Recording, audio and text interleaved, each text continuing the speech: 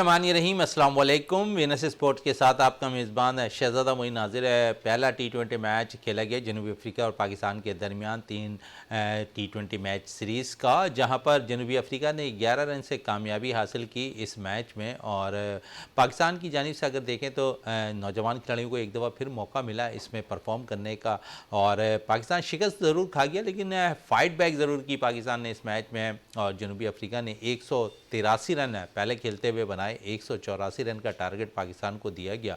और पाकिस्तान की जानिब से अगर हम देखें तो कुछ बेहतर कारकर्दगी रही। साइम अयूब की 31 रन बनाने में वो कामयाब रहे। तैयब ताहिर ने 18 रन की इनिंग खेली, लेकिन साथ साथ कप्तान मोहम्मद रिजवान अगर थोड़ा सा तेज़ खेल जाते तो शायद ऐसा लगता कि पाकिस्तान इस मैच में फ़तह हासिल कर सकता था। T20 क्रिकेट की तर्ज पर खेले जाने वाले 20 ओवर के मैच में अगर कोई बैटर से 62 बॉल खेलता है और 74 रन की इनिंग खेलता है तो आप उससे अंदाज़ा लगा सकते हैं कि कितनी सुस्त रफ्तार इनिंग मोहम्मद रिजवान ने कल के मैच में खेली है। यानी कि उन्होंने 10.2 बॉल्स खेले और सिर्फ 74 रन स्कोर किए। उनके स्कोर बुक में ये दर्ज कराया गया। तो मोहम्मद रिजवान किस हद तक T20 में कामयाब रहे हैं ये अंदाज़ा आप कर सकते हैं जनूबी अफ्रीकन बॉलर्स के ख़िलाफ़। और जॉर्ज ने पहले बैटिंग में भी जाराना बैटिंग की, 48 रन की इनिंग खेले। फिर बॉलिंग की जब बारी आई तो 4 विकेटें ले उड़े और कामयाबी जो है जनूबी अफ्रीका के झोली में डाल दी उन्होंने।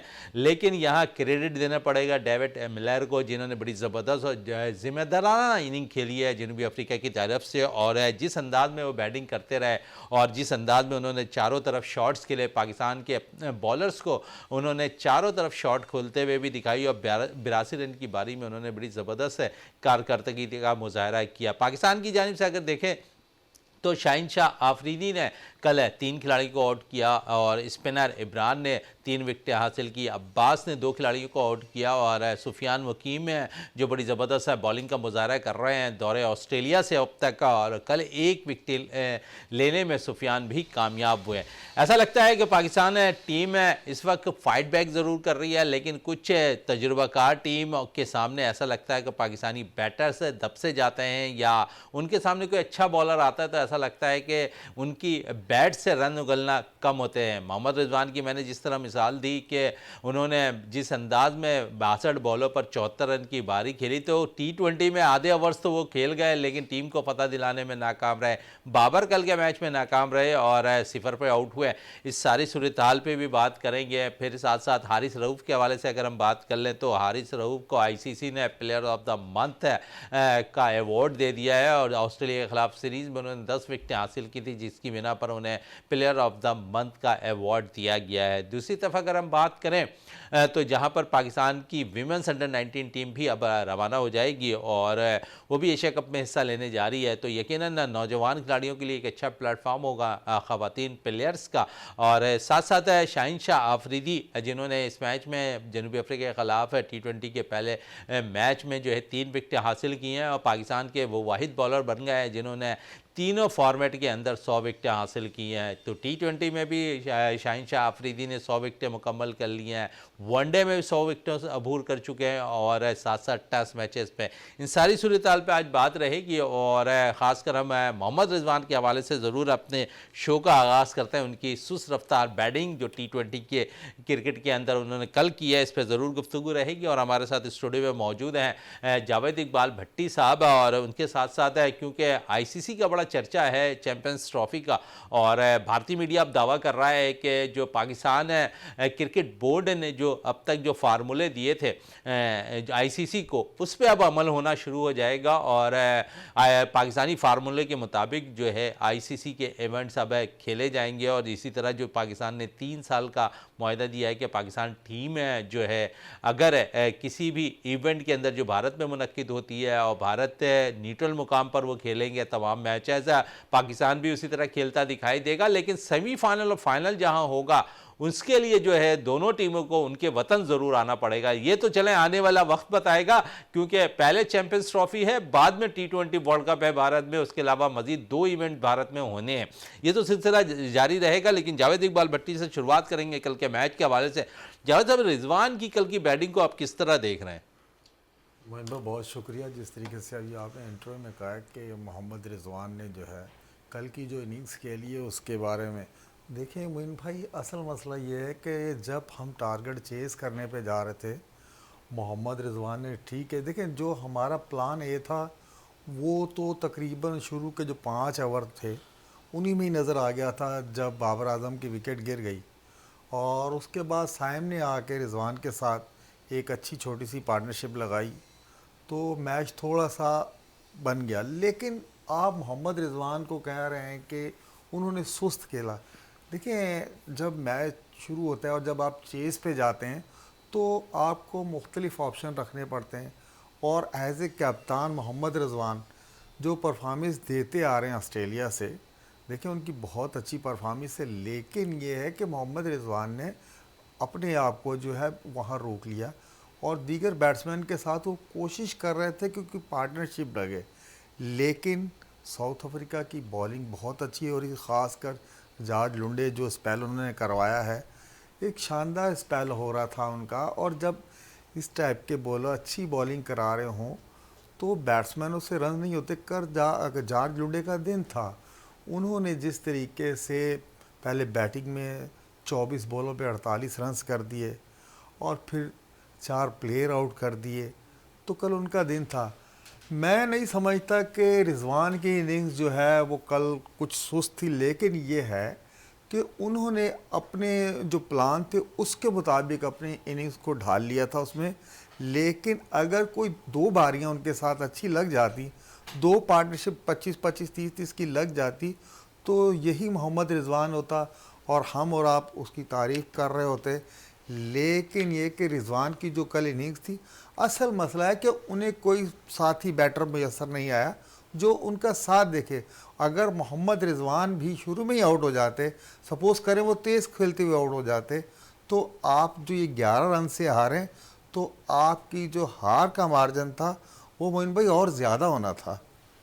चलें, हार का मार्जिन ज़्यादा होना था, जावेद साहब कह रहे हैं, लेकिन मैं तो बात कर रहा हूँ कि 20 ओवर की क्रिकेट में अगर कोई बैटर 10.2 ओवर्स खेल जाता है और स्कोर 74 करता है इनफरादी तौर पर, तो मुझे तो ऐसा लगता है कि वो अपनी इनिंग को बिल्ड करता हुआ दिखाई दे रहा है। बाकिया आप भी आउट हो जाते हैं, आप भी तेज़ खेलने की कोशिश करते हैं। मेरा मकसद ये था आपसे सवाल करना। नहीं मोइन भाई, ये देखें, ये आप बिल्कुल ठीक कर रहे हैं, लेकिन देखिए अगर आपके साथ कोई पार्टनरशिप देने वाले नहीं, अभी हमने आपको यही कहा है कि अगर तो जावेद साहब अगर ऐसे ही क्रिकेट खेलनी है तो फिर बाबर आजम मोहम्मद रिजवान ओपन कर लें, मिडिल ऑर्डर पर आप किसी तेज ऐसे बैटर्स को लग लें। आपके पास तो मिडिल ऑर्डर पर अच्छे बैटर्स अब आ गए।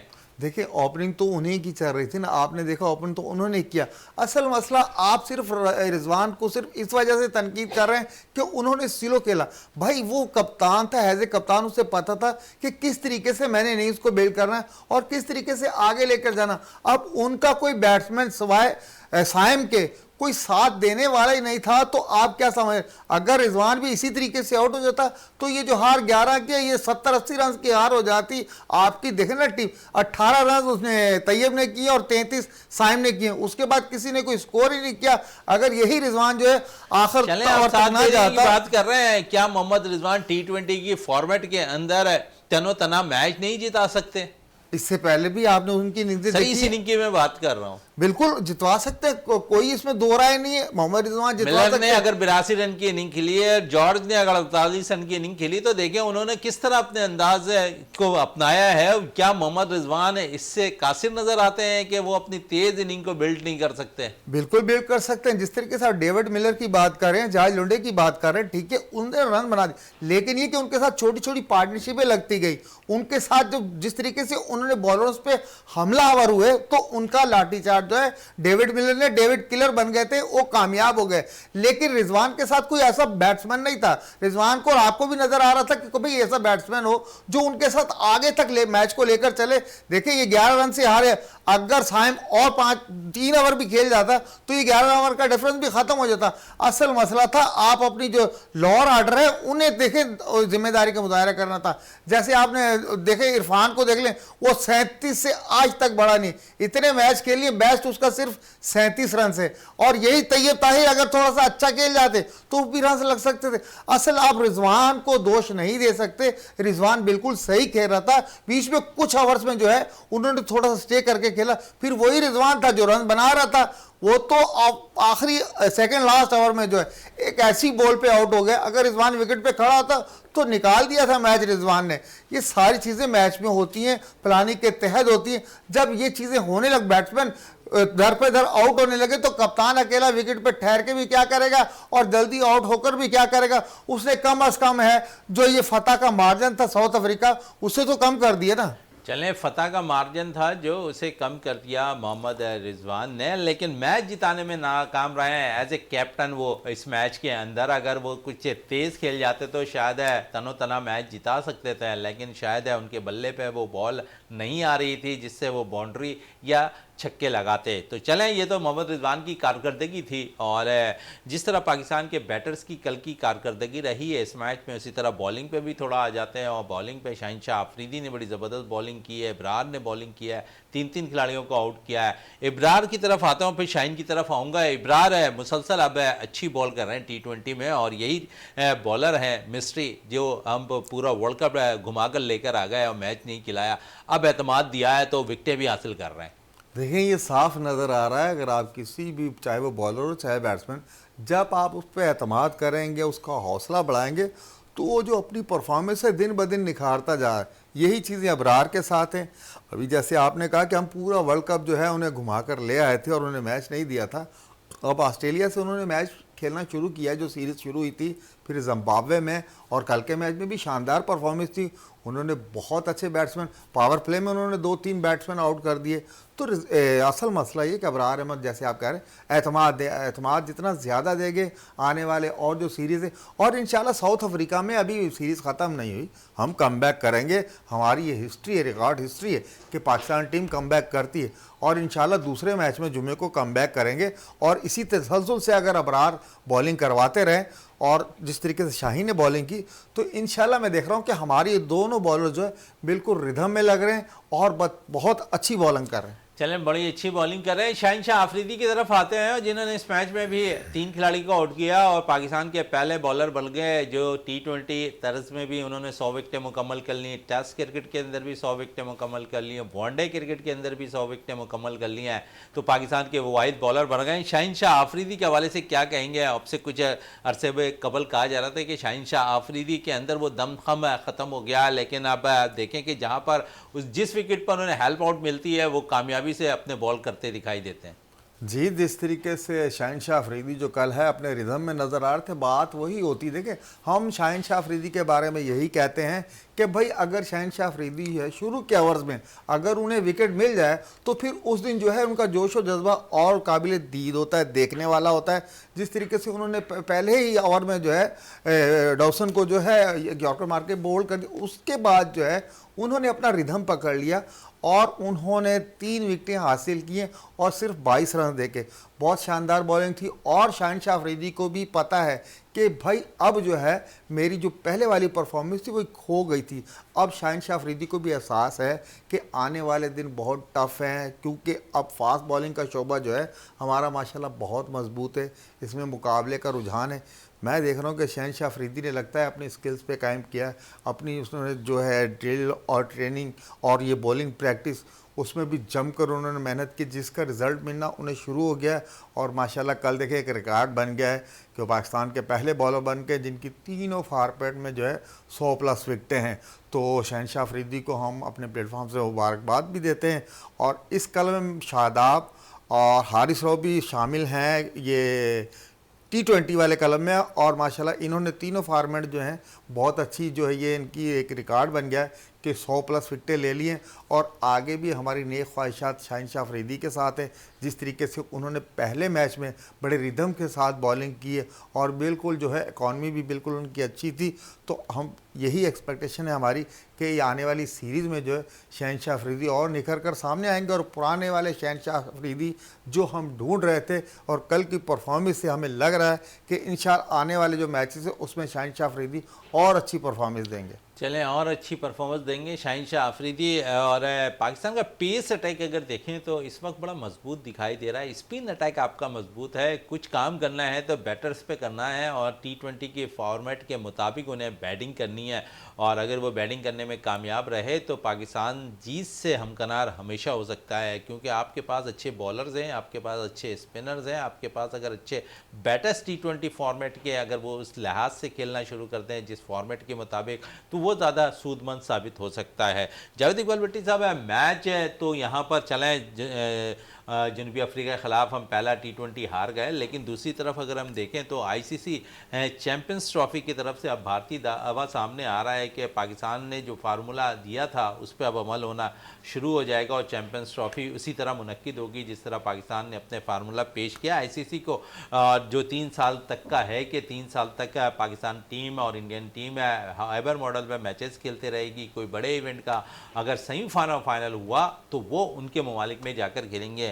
अगर यहाँ पर सेमीफाइनल की बात हो रही है और शेड्यूल आ जाता है तो जो शेड्यूल लास्ट है उसके मुताबिक तो अगर हम देख लें तो सेमीफाइनल अगर पहला खेला जाता है तो वो कराची में खेला जाएगा और वहाँ से अगर भारत की टीम क्वालिफाई करती है और फिर अगर वो पाकिस्तान और वो भी कराची में मैच हो तो फिर कितना डिफरेंस रह जाएगा इस चीज़ का जो ताल्लुकात के चलते हुए दिखाई दे रहे हैं। मोहन भाई देखें, अभी हम चैम्पियन ट्रॉफी पे ना सिर्फ हम इतने जिस दिन से ये कंट्रोवर्सी इंडिया ने शुरू की हम काफ़ी बातें कर चुके हैं, काफ़ी चीज़ें हो भी चुकी हैं, लेकिन मैं देख रहा हूँ अभी आने वाला जो हफ्ता है इसमें कोई मामला सुलझते हुए नज़र आएंगे, क्योंकि बैकडोर डिप्लोमेसी चल रही है। वो चाहे आईसीसी हो, इंडियन क्रिकेट बोर्ड हो, पाकिस्तान क्रिकेट बोर्ड हो, ये चीज़ें चल रही है। ये आपको नज़र तो नहीं आ रही ना हमें, लेकिन ज़राए के ज़रिए हमें पता चला है कि बैकडोर जो डिप्लोमेसी है वो अपना काम कर रही है। अभी जैसे अभी आपने कहा कि इस तरीके से सेमीफाइनल 2 पाकिस्तान में खेले जाने, फिर वो हाइब्रिड मॉडल पे चले जाएगा। अभी ये सिर्फ जो है इंडिया मीडिया जो है, इंडियन मीडिया की इख्तरा है। अभी कोई भी हतमी फ़ैसला नहीं, जब तक आईसीसी जो है अपना जो हतमी फ़ैसला ख़ुद ऐलान नहीं करती या ख़ुद तमाम बोर्ड्स को लेटर नहीं भेजती अपने फ़ैसले के हवाले, तो इस पे मैं समझ रहा हूँ कि बात करना बिल्कुल फजूल है। अब तक जो ये बैकडोर डिप्लोमेसी चल रही, उसका जो रिज़ल्ट इस हफ्ते आना है वो सबसे ज़्यादा अहम है। जब वो आएगा तो आपको पता चलेगा कि ये चैम्पियन ट्रॉफी का आया कि हाइब्रिड मॉडल जो है ये अप्रूव हो गया है। पाकिस्तान का भी जो आइंदा 3 साल के इंडिया में ना खेलने का जो सिलसिला है वो भी हो गया है। जब तक ये चीज़ें रिटर्न में नहीं होती तो हम रोज़ रोज़ इस पे चैम्पियन ट्रॉफी पे जो बात कर रहे हैं उसका कोई हासिल जमा नहीं है। ये इंडिया की एक अपनी इख्तरा है। इंडिया ने जो ये बचगाना हरकत की है, दुनिया में देख लें आजकल 10-10, 12-12 दिनों में पूरे पूरे मुल्क फतह हो रहे हैं।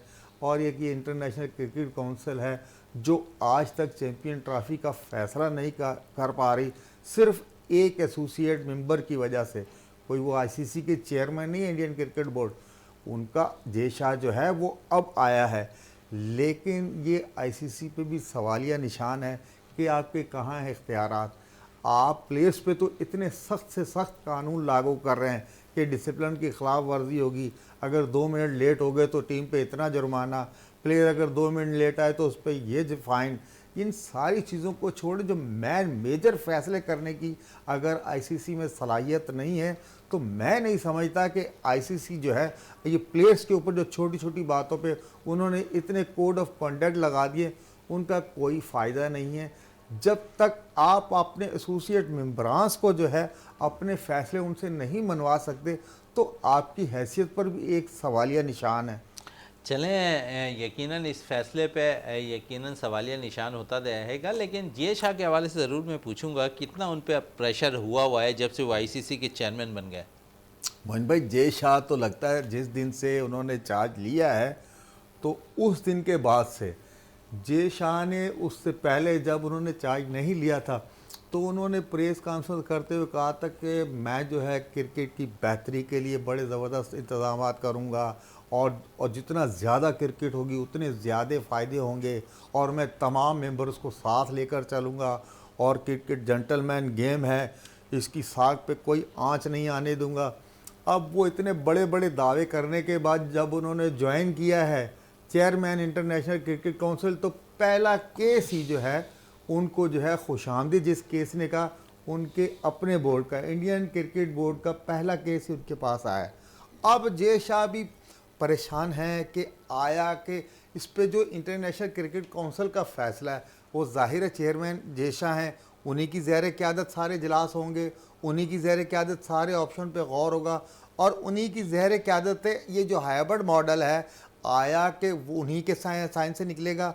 अब जय शाह तो मैं देख रहा हूँ कि ना वो इधर के रहें ना उधर के रहें, अब वो सीट पर जब से आए हैं उनके लिए परेशानी के बार कले जो है वो भी चैम्पियन ट्रॉफी का शेड्यूल देने में नाकाम रहे। अब जय शाह आ गए हैं तो ये भी चैम्पियन ट्रॉफी का अभी तक शेड्यूल देने में नाकाम रहे। मैं ये समझता हूँ चेयरमैन तो ज़रूर बन गए, लेकिन यह है कि बिल्कुल कमज़ोर चेयरमैन बने हैं, उनके पास फैसला करने की कोई अथॉरिटी नहीं है। तमाम एसोसिएट मेम्बरान्स को एक साथ लेकर चलने में उनमें कोई सलाहियत नहीं नज़र आ रही। नहीं तो जिस दिन से उन्होंने हलफ उठाया था और इंडियन क्रिकेट बोर्ड उनका साबका बोर्ड है और उनके वालिद साहब वहाँ वज़ीर दाखिला हैं, वो चाहते तो इंडियन गवर्नमेंट से मिलकर ये चंद दिनों में मामला हल हो सकते थे जो अभी तक जू के तू लटके हुए हैं। चले जूं के तू लटके हुए दिखाई देते हैं ये फैसले, और इस पे मज़ीद और भी बात रहेगी। जावेद साहब आपसे और बात हो रही है क्योंकि फ़ैसले की, और फैसले की घड़ी अब चंद घंटों के अंदर आनी है, और इसमें आप समझते हैं कि ब्रॉडकास्टर को भी अब बहुत ज़्यादा नुकसान होता हुआ दिखाई दे रहा है? ब्रॉडकास्टर को नुकसान होता दिखाई नहीं दे रहा है, हो रहा है उन्हें नुकसान, क्योंकि आपको पता है कि आप एक महीना जो है लेट हो गए, एक महीना पीछे चले गए। ब्रॉडकास्ट कंपनियां जो होती हैं जिन्होंने आगे मार्केटिंग करनी होती है, और ग्राउंड्स में आपको पता है कि हर ग्राउंड में जो कैमरे और जो उनके इक्विपमेंट जाते हैं ये सारे सिलसिले आपको पता है 2 महीने पहले शुरू करने होते हैं। वो अभी इसी में परेशान है कि जब शेड्यूल आएगा, जब उनके हाथ में एक पेपर आएगा तो वो इम्तिहान की तैयारी करेंगे। अभी तक उन्हें पेपर ही नहीं मिला है, वो परेशान है कि आया कौन से सवालात आने, आया कि किस तरह पे चैम्पियन ट्रॉफी होगी। और हम जो अपने क्लाइंट है जिनसे उन्होंने ऐड लेने, आपको पता है पाकिस्तान और इंडिया का भी मैच है चैम्पियन ट्रॉफी में, और इतना बड़ा इवेंट है दुनिया में, और हम अपने चैम्पियन ट्रॉफी का दिफा करने जा रहे हैं। तो मैं समझ रहा हूँ कि ब्रॉडकास्ट कंपनियां जो हैं वो सिर्फ, अगर आप इन एसोसिएट मेम्बरान ब्रॉडकास्ट कंपनियां, international cricket council, Indian cricket board, ये तीनों परेशान हैं। सिर्फ नहीं परेशान तो पाकिस्तान क्रिकेट बोर्ड और उनके चेयरमैन साहब, क्योंकि हमने एक ऑप्शन सामने रख दिया है, जब वो अप्रूवल होगा तो हम उसमें हाँ में हाँ मिला देंगे, नहीं तो ये है ये आपकी जिम्मेदारी, आप करें। तो मैं ये देख रहा हूँ कि स्पॉन्सरशिप के मुआहदे भी ख़तरे में पड़े हुए हैं और ब्रॉडकास्ट कंपनियों के भी बड़े लॉस हो रहे हैं। इन सारी चीज़ों को आगे चलकर आपको पता चलेगा, जब शेड्यूल आएगा फिर ये खुलकर अपने खदशात का इजहार करें कि हमें इतने लॉसेस हो रहे हैं। कम बैक करेगा, इस पर गुफ्तगू तो रहेगी, लेकिन साथ साथ मैं ये ज़रूर जावेद साहब से भी पूछना चाहूँगा, नौजवान खिलाड़ियों को मौका देने का सिलसिला पाकिस्तान में जारी है। मैच हम पहला हार गए हैं, 2 मैचेस में आप समझते हैं कि हमें चेंजेस करते नज़र आएंगे या सेम टीम के साथ जाएंगे? बिल्कुल मोइन भाई, जिस तरीके से हमने ये टीम जो उतारी थी इसमें चेंजिंग तो मैं ये देख रहा हूँ कि अब देखिए, अगर होता ना, अगर ये मैच जीत जाते तो कोई इतना क्रिटिसाइज नहीं करता, क्योंकि जीत जो है सारी चीज़ें छुपा देती है। मसला वही है कि आपको एक बैट्समैन को और इन करना होगा टीम में। एज ए उमैर बिन यूसुफ जो है आपकी डग आउट में बैठा हुआ है, उसे आप इन कर सकते हैं। आप जैसे सुफियान मुकीम है, उन्हें पहले मैच में है, उनसे अच्छी बॉलिंग, आप जो है उमैर बिन यूसुफ को जो है टीम में इन कर सकते हैं। फिर भी आपके बॉलर कंप्लीट हो गए, क्योंकि साइम अयूब से अगर आप पूरे 4 ओवर का स्पेल करा देते तो एक बैट्समैन की गुंजाइश है, और हमें वहाँ बैटिंग की ज़रूरत है। अगर हमारे बैट्समैन वहाँ रन्स करते हैं तो माशाल्लाह हमारे बॉलर्स तो हर मैच में परफॉर्मेंस देते ही चले आ रहे हैं। अब वो एक्स्ट्रा ऑर्डनरी अगर कोई बैट्समैन इनिंग्स खेल सकता है तो उसी की वजह से रन लग जाते हैं। जैसे डेविड मिलर ने एक तूफ़ानी इनिंग्स खेल दी 82 रन की पहले मैच में, और जॉर्ज लुंडे ने जो 48 रन कर दिए 24 बॉल पे। ये एक्स्ट्रा ऑर्डनरी इनिंग्स अगर आप निकाल दें तो साउथ अफ्रीका पर इतना कोई स्कोर नहीं था। इसका मकसद है कि हमारे बॉलर ने अच्छी बॉलिंग की, लेकिन यह है कि मैं तो ये चाहूँगा कि कम से कम हमारी जो टीम है उसमें आप सुफियान मुकीम की जगह एक बैटर को इन करें, क्योंकि हमें बैटिंग की ज़रूरत है, हमारी बैटिंग परफॉर्मेंस अच्छी नहीं जा रही। अगर हमारी बैटिंग थोड़ा सा और डीप चली जाए तो इंशाल्लाह हमारी टीम जो है और सेकंड मैच में जो है बिल्कुल फाइट करती हुई नज़र आएगी। चलें, फाइट करती हुई नज़र आएगी। और क्योंकि आईसीसी ने भी अभी रैंकिंग जारी कर दी है, टेस्ट रैंकिंग, उस पर भी बात कर लेते हैं। हैरी ब्रॉक अब नंबर 1 पोजीशन पर आ गए हैं और उस पर गुफ्तगू जारी रहेगी हैरी ब्रॉक के हवाले से भी। और क्योंकि रूट पहले नंबर पे थे, अब दूसरे नंबर पे आ गए हैं इस वक्त रूट, और तीसरे नंबर पे चलेंगे। कैन विलियमसन जो है दूसरे नंबर पे आ गए हैं। क्या कहें हैरी ब्रॉक के हवाले से? जी मोइन भाई, देखिए हैरी ब्रोक के बारे में तो इसलिए हम ज़्यादा बात करेंगे क्योंकि हैरी ब्रोक को जो है ना इस ट्रैक पे पाकिस्तान टीम ने खड़ा किया। पिंडी से हैरी ब्रोक ने शुरू किया था, जो 100 पे 100 100 पे 100, और फिर उसने लड़के के अंदर तसलसल है, परफॉर्म करने का तसलसल है। फिर एज ए कैप्टन भी अगर वो आया तो भी रन्स करता हुआ आपको पाकिस्तान में भी 300 कर गया। तो रैंकिंग में नंबर 1 आना हैरी ब्रोक ना सिर्फ बल्कि इंग्लैंड के लिए भी एक एजाज़ की बात है कि पहले उनके जो है जो रूट थे पहले नंबर पे, विलियमसन दूसरे नंबर पर थे। अब जो है ये पहले नंबर पर आ गए, विलियमसन दूसरे नंबर पर आए, कि ऊपर के जो 3 नंबर हैं उसमें इंग्लैंड के प्लेयर्स शामिल हैं। चलें, इंग्लैंड के प्लेयर शामिल है, लेकिन पाकिस्तान के लिए प्लेयर्स के लिए दूरी होती दिखाई दे रही है। पाकिस्तान के नंबर 1 बैटर है, अगर बात कर लें बाबर आजम, इस वक्त 19वें नंबर पर मौजूद हैं और सऊद शकील पाकिस्तान के टॉप 10 बैटर्स में ज़रूर शामिल हैं। और ये एक अच्छा साइन है कि पाकिस्तान के सऊद शकील टॉप 10 में तो चले मौजूद है। सऊद शकील के हवाले से क्या कहेंगे? इस वक्त वाइस कप्तान है पाकिस्तान के। बिल्कुल मोहन भाई, सऊद शकील ने जिस तरीके से टेस्ट के आखिरी टेस्ट में जो सेंचुरी स्कोर की थी वो बहुत ज़बरदस्त इनिंग्स थी, और सऊद शकील में वो पोटेंशियल है। और हमें ख़ास कर जो है वनडे के लिए सऊद शकील जैसे बैट्समैन की ज़रूरत है, वनडे टीम के लिए। अब मैं ये नहीं समझ पा रहा कि हमारे जो ये चेयरमैन हैं और सिलेक्शन कमेटी के आकिब जावेद बैठे हैं, आप देखें अज़हर को देख लें, अलीम डार साहब को देख लें, कि वनडे टीम में जो है सऊद शकील की जगह बनती है। बहुत अच्छी स्किल से खेलता है, वो चाहे फास्ट ट्रैक हो या स्पिन ट्रैक हो, हर ट्रैक पे बहुत अच्छी। असल मसला है आपको बेहतरीन टेक्निक और जिनमें स्किल्स हो, जाके विकेट पे स्टे करने वाला प्लेयर हो, जो रन बॉल खेलना जानता हो और हर जगह रन्स लेने की सलाहियत रखता हो। तो सऊद शकील की सलाहियतों से तो इनकार नहीं किया जाता, लेकिन ये कि हमारे सेलेक्टर साहिबान को चाहिए कि सऊद शकील की सलाहियतों इस्तेफादा हासिल करें, उसे कम से कम वनडे टीम में जगह दें। आप जो स्टैम्प लगा देते हैं ना, हमारे यहाँ बदकिस्मती से हमारे यहाँ चाहे वो T20 वनडे टेस्ट, हम एक स्टैम्प लगा देते हैं मखसूस कि ये जो है T20 का प्लेयर है, ये वनडे का प्लेयर है, ये टेस्ट मैच का प्लेयर है। जबकि जब ग्राउंड में टीमें उतरती तो बिल्कुल इसका उलट साबित होता है।